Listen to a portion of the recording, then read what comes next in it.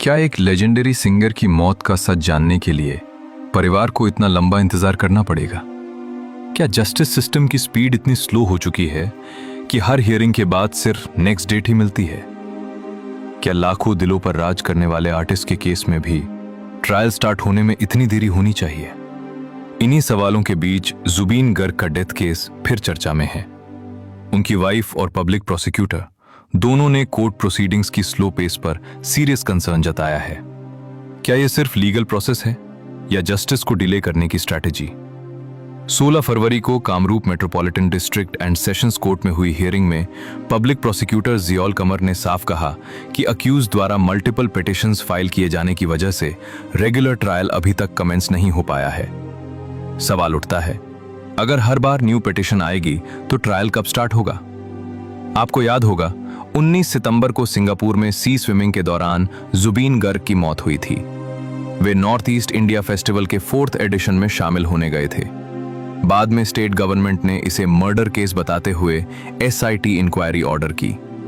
लेकिन क्वेश्चन ये है, अगर इन्वेस्टिगेशन कंप्लीट हो चुकी है तो ट्रायल डिले क्यों? क्या अक्यूज्ड लीगल लूपहोल्स का फायदा उठा रहे हैं या सिस्टम खुद ही स्लो है? प्रोसिक्यूशन का कहना है कि जब तक कोर्ट इन पिटिशंस को डिस्पोज नहीं करता तब तक रेगुलर ट्रायल प्रोसीड नहीं कर सकता। तो क्या जस्टिस पेपर वर्क में अटक कर रह जाएगा?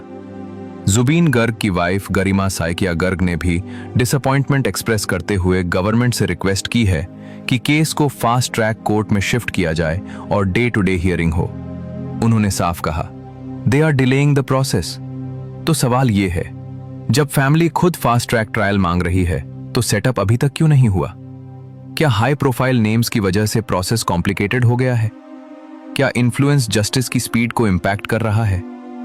दूसरी तरफ आइलैंड नेशन के कोर्ट काउंसिल ने फाउल प्ले को रूल आउट किया है और कहा है कि सिंगर हेविली इंटॉक्सिकेटेड थे और लाजरस आइलैंड के पास लाइफ जैकेट लेने से मना करने के बाद ड्राउन हो गए।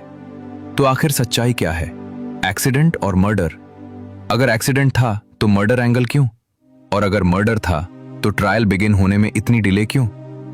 नेक्स्ट हियरिंग 2 मार्च को शेड्यूल्ड है, लेकिन क्या इस बार रियल प्रोग्रेस होगी या फिर एक और एडजर्नमेंट? आज सवाल सिर्फ एक सिंगर का नहीं है। सवाल है, क्या justice system time bound accountability दिखाएगा? क्या justice delayed is justice denied सिर्फ एक कोट बनकर रह जाएगा? अगर आप भी चाहते हैं कि ट्रूथ सामने आए और फेयर ट्रायल जल्द शुरू हो तो अपनी वॉइस उठाइए, कमेंट करके बताइए, should this case go to fast track court? Share कीजिए ताकि हर आवाज बने डिमांड फॉर जस्टिस।